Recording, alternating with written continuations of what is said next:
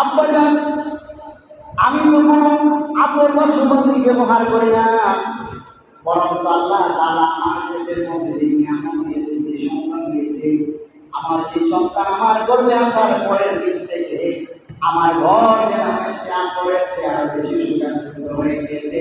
শুধু আমার ঘরে নয়, আমার শ্বশুর একটু দুধু বিক্ষেপ করলেন আর বললেন, শ্বশুর দেখেন আমার দুধু থেকেও আমার আল্লাহ শ্যাম করে আসে।